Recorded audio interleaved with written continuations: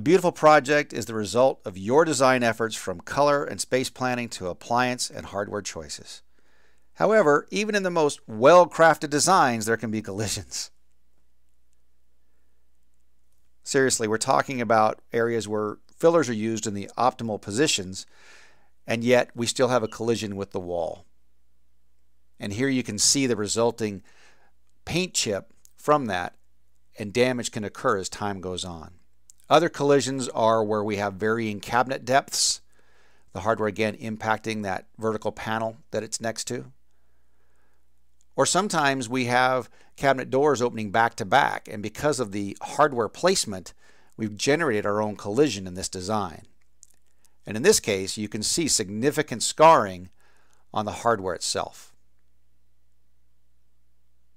Other collisions that occur very commonly are door to appliance collisions. Appliances are deeper than the cabinets that they're next to.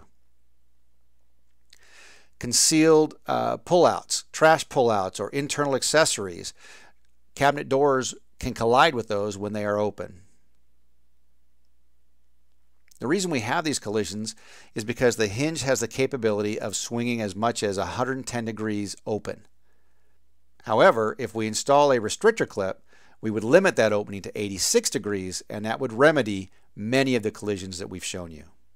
So, the first thing to properly install a restrictor clip is to remove the cabinet door from the cabinet itself and lay it flat on the countertop.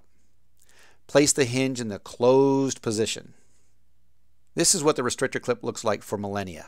It works on the concealed version of the hinge and the soft close version. Note the orientation of the restrictor clip, and we're going to place it at the back of the hinge cup. If you can, kind of press it in with your finger and then activate the hinge. Open and then close the hinge. That will help to snap it and lock it in place.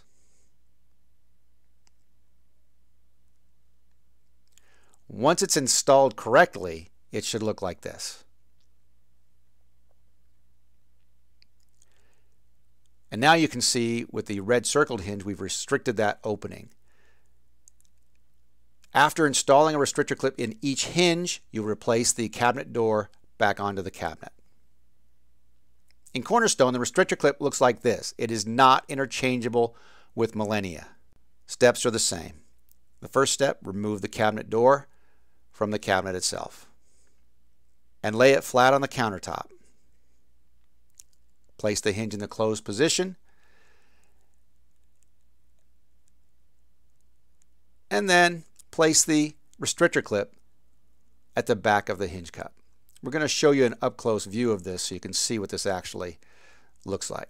But the process is the same. Try to snap it in with your finger, then open and close the hinge to ensure that that restrictor clip is locked into place. And here you can see the correct location and orientation of the Cornerstone restrictor clip. Please note, the Cornerstone restrictor clip only works on the soft close hinge. Again, the circled hinge has a limited swing. And after placing a restrictor clip in each hinge, replace the door onto the cabinet.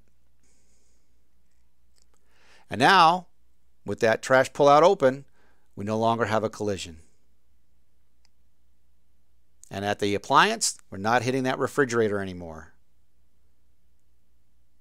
And over there by the wall where we had that scar in the paint, we now have a limited swing. We no longer are hitting the wall.